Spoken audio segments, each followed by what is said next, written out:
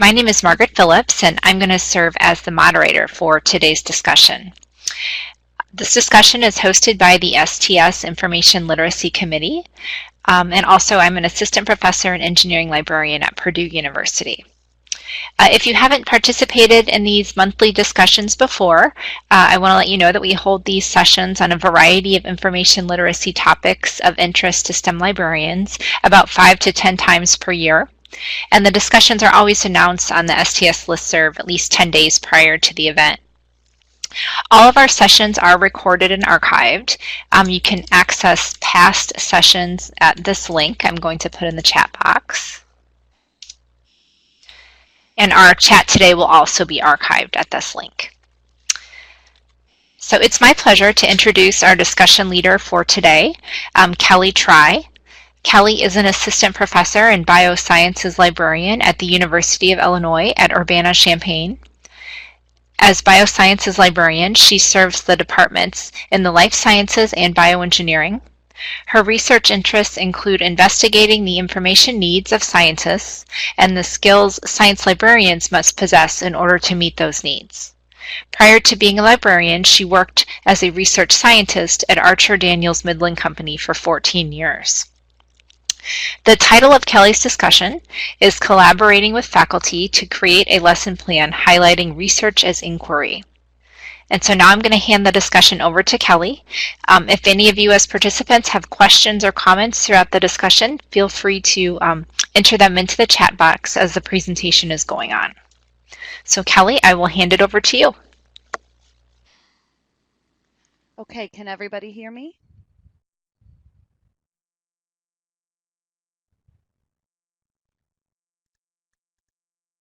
Great. Okay, so yes, I'm Kelly Try, and I work at University of Illinois. This discussion was born out of a book chapter that I was able to write talking about how we've tied lesson plans to the new ACRL framework. And one of the most useful classes I ever took in library school was about teaching theory, and it was one of the most beneficial for me, especially considering my background wasn't in education. So really figuring out how the things we're doing are tied to those theories has been something that's really important to me. So this is sort of born out of that interest. Okay, so how this started. There is a class in one of the schools of life sciences entitled Mastering the Scientific Literature. It was designed by a professor who really wanted to prepare undergraduates for graduate school, both prepare them to apply and to be successful in their applications, and also to really think about what they wanted to research. So within that class, she wanted to have an information literacy training period. So the audience of the class, life sciences, it's an elective course for the students who chose to take it wanted to take it. It was primarily juniors or seniors, although she really tried to get juniors in, so they had a lot of time to get ready for graduate school. The goals of the librarian session was to help them define a research hypothesis, find information to support that hypothesis, and store that information successfully. So when it all came together, it was 2013, which was actually when she first came to me. This year it should be 2012. The first time she went to a librarian, it was actually my predecessor. So they first chatted about this project, and when she reached out again, that my predecessor actually directed her to me, which was a great connection to make. So initially, she wanted to have some homework for the students before class, and she had thought about a few different questions she wanted to ask them, and she asked for input from the librarian at that time. And then when she came to me, she indicated what they had done previously, and we thought about the things we wanted to do. And so in 2014 is when I actually taught the first one. But then with the new ACRL framework coming out in 2015, and then this chapter opportunity and thinking about how I'd already been thinking a little bit about learning theory, I was thinking like, okay, let's make sure we're really doing this as best as we can and see how it actually ties everything together. So in this talk, I'm going to do a little bit about the learning theory and the framework, and then talk a little bit more about the lesson plan, and then jump back to how I think those things are tied together. Okay, so the semi-brief overview of the lesson is that the student is going to complete a pre-assignment assigned by the professor. Um, I would receive these assignments ahead of class, and I would comment on all of them, but I would not return them to the students at that time.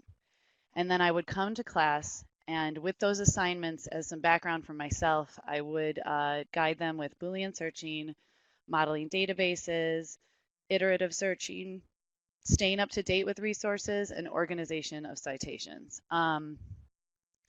Try very hard to incorporate the things that they were doing in their lesson into the class because that way it's most applicable to them. After class, I would give the professor my comments on their homework, and she would add her own comments and turn it back to the students, and then they would be expected to revise their assignment based on our feedback and what we had discussed in class.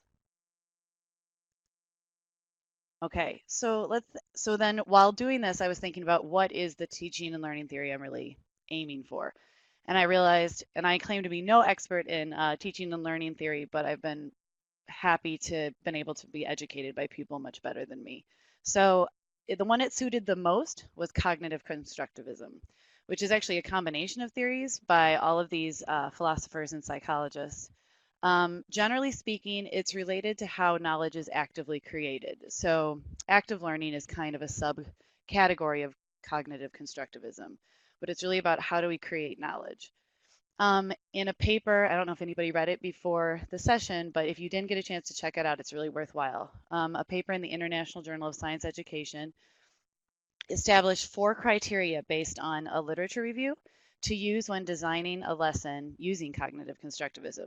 And the 4 big criteria that they highlighted was eliciting prior knowledge, creating cognitive dissonance, applying new knowledge with feedback, and then reflecting on your learning. Now in the framework, for anybody who's read the whole thing, which I've read it a couple times, but I am always finding new things because it's very dense in a really great way. I realized that this class period was probably best tied to the frame research as inquiry.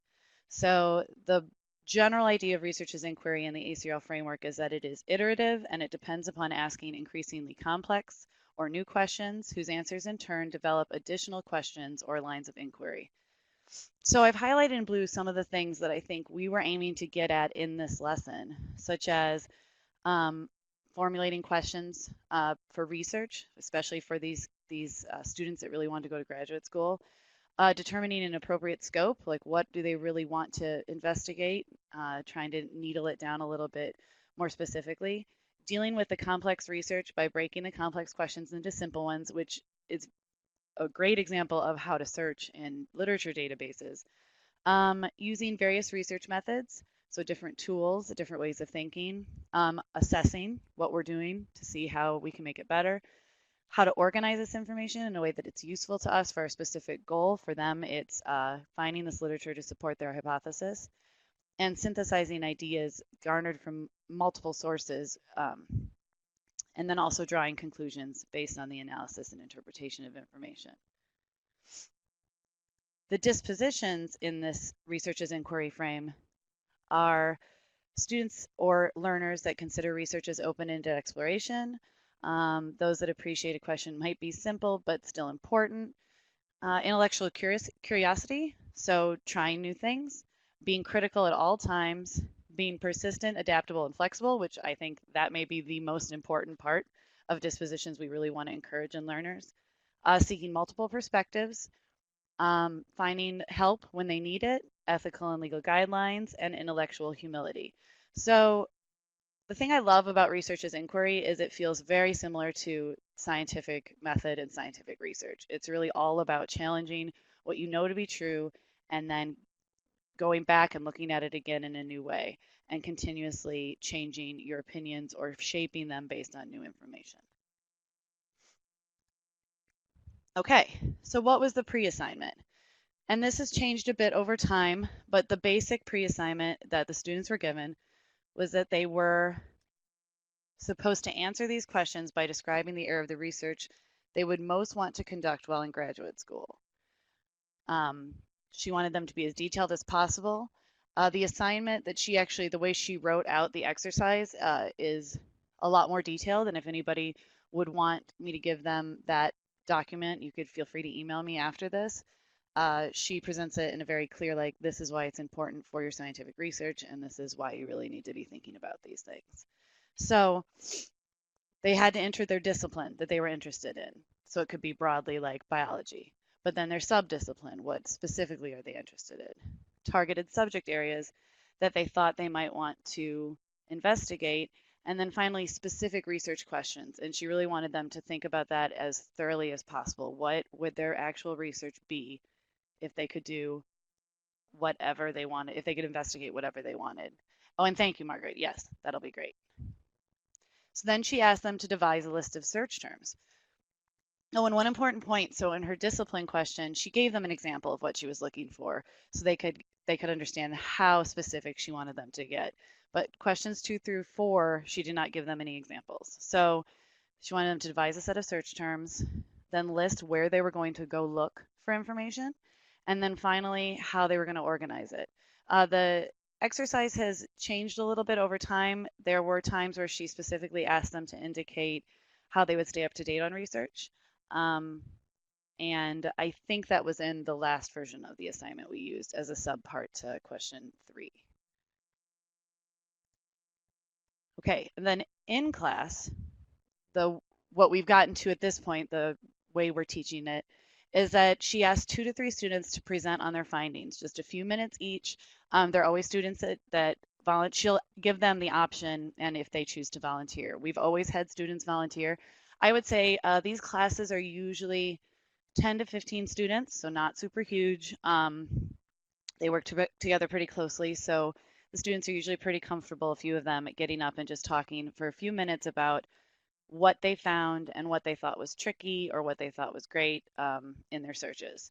And then we use those presentations as jumping off points. And in the class session, I model Boolean searching in up to 3 databases specific to the research interests of the students. So I base it on their assignments. Based on their assignments, which databases would probably be most useful to these groups. Now, because it's very broad life sciences class, these students have interests that are in many different areas of scientific research. So sometimes there aren't 3 great ones. It's not like everybody's doing medical research, so like PubMed's going to be great, but you might have a few. It is one of those things that I wish I had either more time to teach them all the different resources or a more controlled class group. But at the same time, I think it's good because we have a lot of different resources at Illinois, but also wherever they end up, they're going to have different types of resources available to them. So giving them a taste of up to 3 can be helpful and really show how these things can be very different and hopefully encourage them to check that out at their new schools when they pursue their graduate research. We really like to look at the limitations and strengths, compare those databases, talk about the coverage of each and the different facet options you have within the database.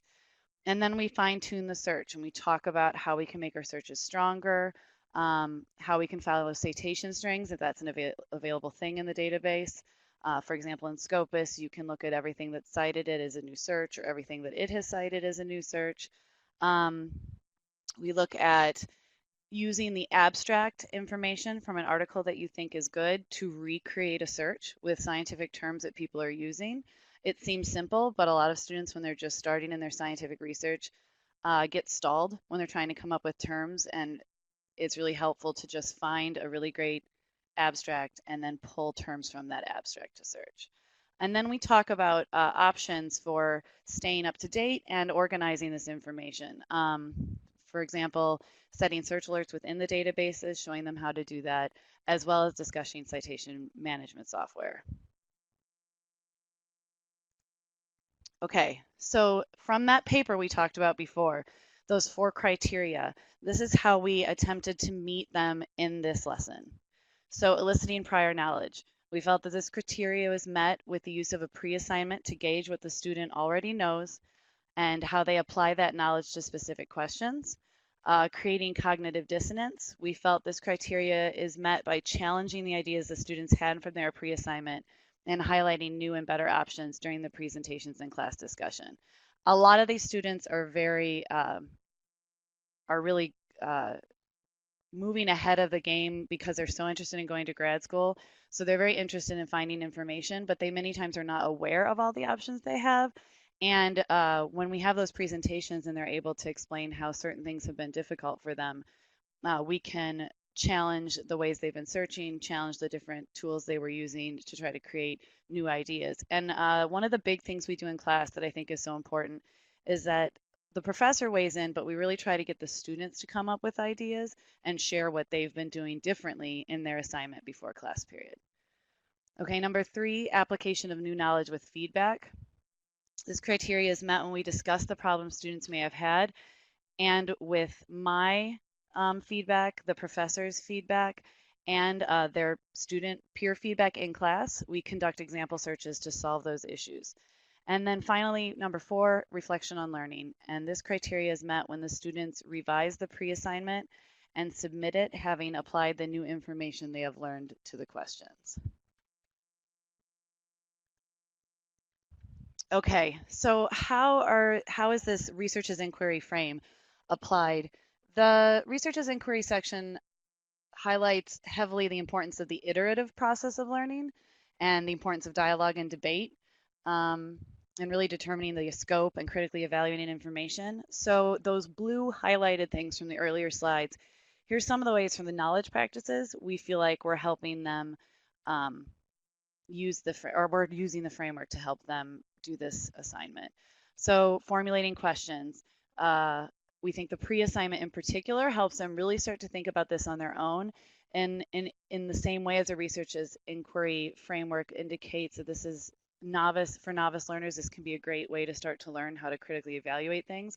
I think it's important for them to be thinking about the research they want to do on their own terms without us having told them ahead of time how they ought to be thinking about it. The scope. The professor gives them an example, but they start to think about, okay, this is what I'm interested in, but I really want to focus on these particular things. So this is useful in the pre-assignment when they initially think about their idea, and then the post-assignment once they've done some searches and realize what research may be out there. Breaking complex questions into simple ones. The pre-assignment asks them to do this by listing the search terms. In class, we do this by discussing what works and what doesn't work. And after class, this is probably one of the most important areas for them to really think about how they can even further get at the nitty-gritty of the research questions that they've formed by breaking down their searches into simple ideas. Various research methods. This one is basically the various research methods we're encouraging in this class are looking in different resources, as well as thinking about changing how we research things. Assessment. In class, we're doing live, I guess, assessment where we're discussing what the students are telling us what has worked or hasn't worked for them. I'm offering suggestions of ways we could change searches. And then obviously after class, when they get our feedback and they rewrite their lesson and add and expand upon that. Organizing our information, we talk about it in class. This part, and I'll talk about this a little more later, is what I wish. I'm trying to think of new ideas to do this in a way that's more practical. Citation management software is incredibly important, and from most science faculty I talk to, they wish their students were really ready to use it when they get to graduate school because it helps them so much. But as probably all of you know, it is complicated. There are lots of different options, and those can be classes all on their own. I know I teach EndNote here, and it's its own ball of wax. So really trying to figure out how there's a way to either to get them interested and not afraid of using it, or if it would have to be a whole separate class, if that would make more sense. And then finally, synthesizing this knowledge we've created, which we can do in class when we have discussions about how to do these searches, but also after class when they complete their secondary assignment. I do think, and I talk about this a little bit in the chapter, that this would be a difficult class to do if you had a whole lot of students, because I think one of the most valuable parts of it is the discussions we have in class. And with 10 to 15 students, you can get a conversation going. I think with over 20, it might get a little bit more tricky. So what are the dispositions that we think we're really helping these students like flesh out. And I think one of them is open-ended exploration. We really want, I mean, that is research in general. You really go into it knowing that there is always more to learn and always more to discover. Developing the questions and investigative methods that we need to apply to conduct scientific research. Applying a critical stance when you go through these articles, deciding what is valuable to you and what is not valuable, and learning how to look at things in a critical way. Um, I know that we talk a lot to undergraduates about, at least we do here, about how peer review is very important, and it is, but sometimes there's, especially with undergraduates, the sidebar is that they take away from that all peer-reviewed material must be great. And it's not that it doesn't go through a vetting process, but really that they need to take on that critical stance no matter what they're reading and no matter what they're looking at, how important it is for them to consistently be critical, even if the resource is something they've been told is better than another. Finally, the things I thought were really important: persistence, adaptability, and flexibility. They've got to try new things, try to adapt if a search doesn't work, not give up when they go to a new institution and maybe they don't have any of the same resources they did at their prior institution. Looking for multiple perspectives. I think that's the beauty of this class portion, is that we have the professor and the librarian coming together with the goals that they both have, and merging them in a way that is useful. And finally, asking for help, trying to make it clear that it is completely fine and encouraged to ask for help, and that there are always going to be people that have suggestions for them when they get stuck. Okay, so I got a couple examples of pre and post work. As I said, these students really enjoy research. They're excited about going to graduate school, so they definitely have some exciting ideas. So on the left is an example of the pre-assignment with the different disciplines and questions. She's got a lot of, or this student has a lot of specific questions. Some search terms that look pretty great. Database and search engines. The student already uses Google Scholar and Web of Science, so uses a broad and a more specific database. Looks for keywords, reads the abstracts. And when they find a literature, they add titles, authors, and year to a Google Doc. So they're already trying to find a way that really controls the information and makes it clear, and also has a place, they have a place where they can go back and access everything. But obviously, continuously storing your literature in a Google Doc it would be a problem. When I looked at this assignment, some of the feedback I gave was related to thinking about the search terms, as in, do you need quotation marks around things? If there are two terms, knowing that you're not going to find partridge pea, for example, as one string. Thinking about scientific names and how that's used in literature. We talked in class about citation management software as an option and things like that. So if we look on the right at the post-class update, the student had added the scientific name for partridge pea. There's also some other search terms that are related to what they're actually trying to get at in their research questions, such as specific fungi. And they're also talking about using new databases based on things we talked about in class. It looks like the student wanted to add Scopus, as well as organizing with RefWorks. At this time was the one that the student found interesting, and also using the literature for references and papers, and recognizing those differences. So that was pretty great. This example, actually, the initial pre-work, this is the only time I've seen the student seemed really unsure about what to submit altogether. This pre-work on the left was after talking with the professor, because they were actually pretty stressed out. And this is the first time I've seen that happen with a student in this class. And they had just written pretty much a really short paragraph about, these are the things I'm interested in researching. So with the professor's help, they were able to flesh out their pre-assignment, and then our post-assignment, we had even more detail. So another example just of sets 2 through 4, this student had a whole bunch of research questions. They didn't know which one they really wanted to investigate in school, but they were really excited about them. So you can see on the left-hand side, there's quite a few search terms. Databases, the student likes Google Scholar and the undergraduate library homepage. Also doing a review of 5 articles each week, which is a great idea. And the student stores PDFs of papers and subfolders. And also clip links to Evernote, which was a good way of storing information, especially without the knowledge of citation management software. So after class, we see that the set of terms got much more diverse. The student still likes to stick with Google Scholar and the search homepage, but now plans on setting up search alerts using 2 of their specific phrases and look at those every week. And then in addition to Evernote, thinks about maybe setting up a citation manager, in particular for using it in Word, which is what I find students really find that part the most exciting, the cite while you write aspects of most citation management software. So one of the quotes from the ACRL framework, Research is Inquiry, is that novice learners acquire strategic perspectives on inquiry and a greater repertoire of investigative methods. So this is really trying to help them get even more so we're confident, I was going to say brave, that's not what I meant, confident at their inquiry and really think about new options for what they're searching.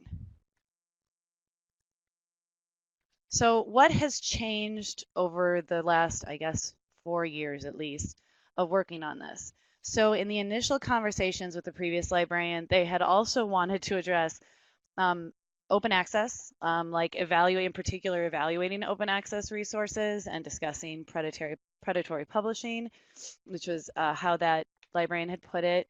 Looking at RSS feeds, which are obviously used even more frequently. Looking at journal rankings, in particular, what was mentioned was JCR from Web of Science, but looking at how you can rank journals. Interlibrary loan for accessing materials, talking about plagiarism, and defining peer review and scholarly output in publishing. So of these topics, open access and predatory publishing was dropped primarily because it seemed a very specific conversation to have that was really kind of off topic with what we really wanted to get at. RSS feeds, it turned out from some student feedback that they weren't really fond of using those. So talking about those search alerts worked a little bit better. Journal rankings, again, a little bit off topic at this point. Interlibrary loan, the nice thing about this class period as it exists, or this class as it exists now, is these students are juniors and seniors and have most likely, although this is not 100% the case, most likely have been taught about how to use interlibrary loan at this institution. Now, this of course wouldn't be true if they had transferred here at some point. I mean, there's still always these possibilities that the student doesn't have that prior knowledge that we would like them to have. Plagiarism is still very important to the professor, as well as defining peer review and publishing. So the peer review we don't talk about in this class because the professor decides to discuss with them what peer review is and what scholarly publishers are and all those types of discussions in a class previous. Plagiarism, at this point, we thought it would be too much for this class period, but I have provided the professor with links to like interactive videos, not that I've made, but that other librarians have made to discuss how what plagiarism is, and she puts that on the online Moodle that the students use. Of course, we can't know for sure how often they're checking that. At this point, she doesn't do any kind of follow up with them about those resources. Okay, what have we added? So the student presentations we've added. In the past, it was just me going to class and going through all the examples. I did have the pre-assignments to work from, but we find that having those 2 or 3 students get up and talk about their experience really helps the other students want to engage because they feel a little bit more at ease because somebody's already talked about it. It really shows how they all have tricky bits when they're doing their research. It's normal. So how can we make that easier for them? And it certainly helps increase the buy-in from the students because they're actively involved in the discussion. Excuse me. What else do we add? Google Scholar. So what I have found in teaching this class and actually talking with a lot of graduate students, at least at Illinois, and I guess literature kind of bears this out as well, that there's a lot of graduate students and students that like using Google Scholar, even if they're presented with databases that might give them more fine-tuned results. And even though I would love personally to really share all the things I think are amazing about some resources like Scopus or Web of Science and how you can do this. You can get into citation strings and really look at the path of literature. You can also, do lots of facet searching in almost every database. Even though I think that's so important, I'm also recognizing over the years that they are going to use what they're comfortable with, which I understand. So really trying to help them use Google Scholar as best they can is important.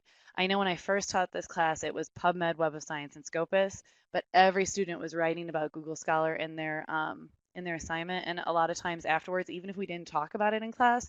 So I felt it was important to add that in and talk about the best way we could use Google Scholar and what options there are for advanced searching and facets and the things that have changed, because Google Scholar, above any database I've ever seen, seems to change every 6 months. So really being able to show them the tools they can use.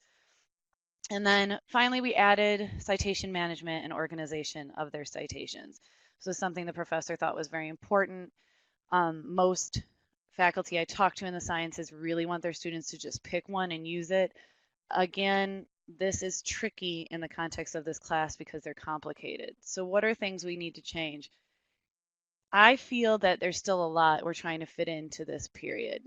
I think the searching and the databases and the search terms and Boolean, I think those all make a whole lot of sense. And yes, sorry, in response to the chat, it picks up OA resources. I think even more important than that, it picks up conference proceedings. Conference proceedings are horribly indexed in every database, and they're not in Google Scholar, so it can be really great for conference proceedings. That's a good point. So I think that all the searching and the databases makes a lot of sense in this class period. The organization, in particular the citation management software, it feels like an add-on. I don't know if there would be a way to try to get the professor to let me do a separate class, but again, that's such a complicated thing to teach, especially to new researchers, because choosing a citation management software is very personal and they're all very different. So really trying to think of how we can impress upon them how it's really useful and something that's important for them to learn, but also not take away from what we really want to do, which is get at this iterative searching and how we can fine tune our research, because it's something they'll have to do at all times. And yeah, still changing based on anything we learn. I think databases will change, the nature of our resources will change, and the most important thing with a lesson like this is continuing to change with the landscape of literature and what the students need to be doing. So this is the majority of what I have to talk about. I think I talked quite quickly, so please feel free to ask questions. These two citations, obviously the framework for information literacy for higher education, but then that essential criteria to characterize constructivist teaching derived from a review of literature and applied to 5 constructive teaching method articles. This is that article with the 4 criteria. I think that it is great. The class is an hour long. So.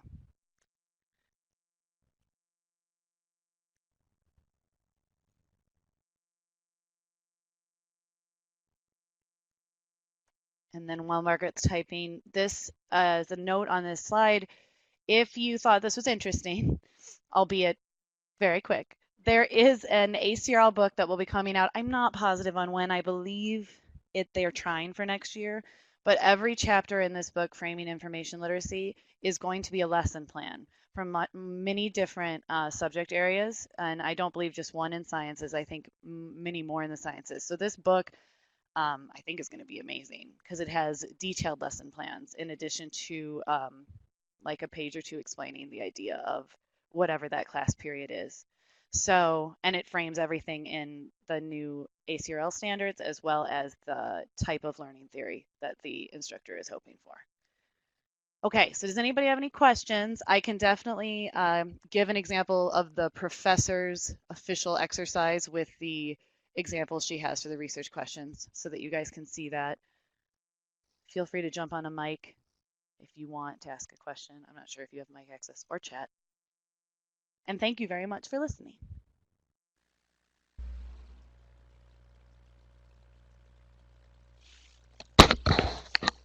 Thank you, Kelly. It was a great discussion.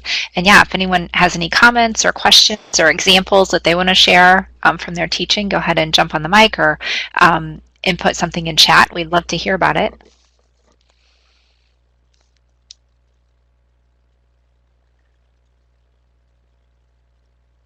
Okay. I just wanted to reiterate again, because I know some people joined us a little late today, that the archive for this session and the slides will be available at this link after the session. Kelly does have her contact information there, so feel free to follow up with her if you have any additional thoughts or questions about this topic. It's like we have a couple people type. Good. Go ahead, Kelly. Just make a comment again on what Nathan had mentioned earlier about Google Scholar. I will say also, since I worked in an industrial setting before becoming a librarian, nobody writes articles when you work in industry or corporate science. Everybody's doing poster presentations and patents because they're not sharing their information because wanting to patent it. But finding those poster presentations and those video of the talks they give at conferences is so important and so poorly indexed that even straight Google is imperative, and really helping students learn how to find that information in the midst of all the noise of the rest of Google is extraordinarily important. So I do agree. That's a really good point. I do have a question for you, Kelly. Since you've been working really deeply, it looks like for quite a few years with this course and this instructor, have you applied this concept to any other courses, even if it's not this frame, maybe a different pedagogy or the same pedagogy, but a different frame from the framework in any of your other work? In some ways, I've tried to. A lot of the professors I talk to, and sorry, I didn't even tell everybody. So I've only been at Illinois for 5 years.